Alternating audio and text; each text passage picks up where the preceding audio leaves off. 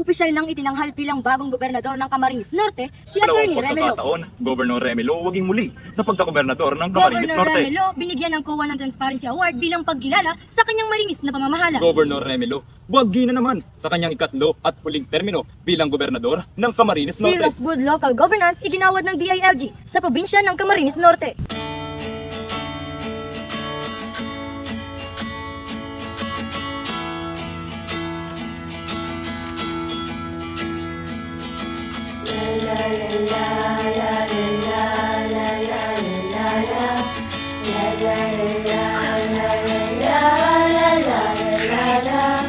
Bagong Pilipinas, may bagong pag-asa.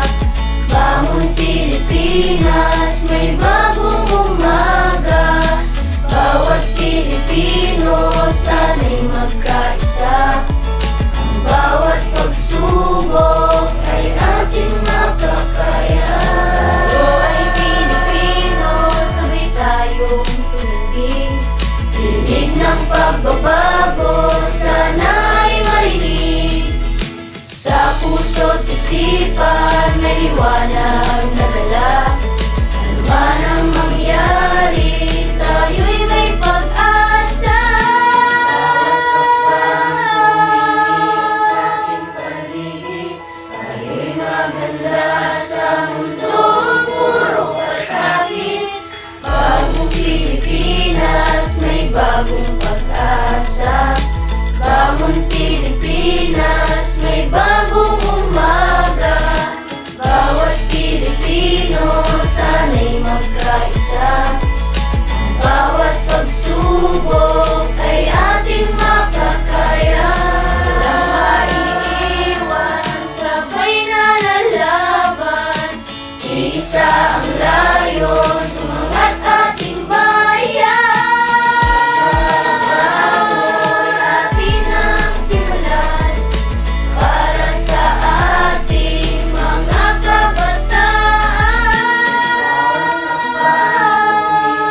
Sa ating paligid, may kasama ka sa mundong puro kasakit. Bagong Pilipinas, may bagong pag-asa. Bagong Pilipinas, may bagong umaga. Bawat Pilipino, sana'y magkaisa. Ang bawat pagsubok ay ating makakaya. Bagong Pilipinas, may bagong pag-asa. Bagong Pilipinas, may bagong umaga. Patuloy ang pagbibigay pagkilala kay Governor Remelo bilang isa sa pinakamagagaling na leader ng ating bansa. Dahil dito, marami ang umaasa na tatakbo siya sa pagkapangulo sa darating na halalan. Siya na kaya ang totoong pag-asa ng bansang Pilipinas?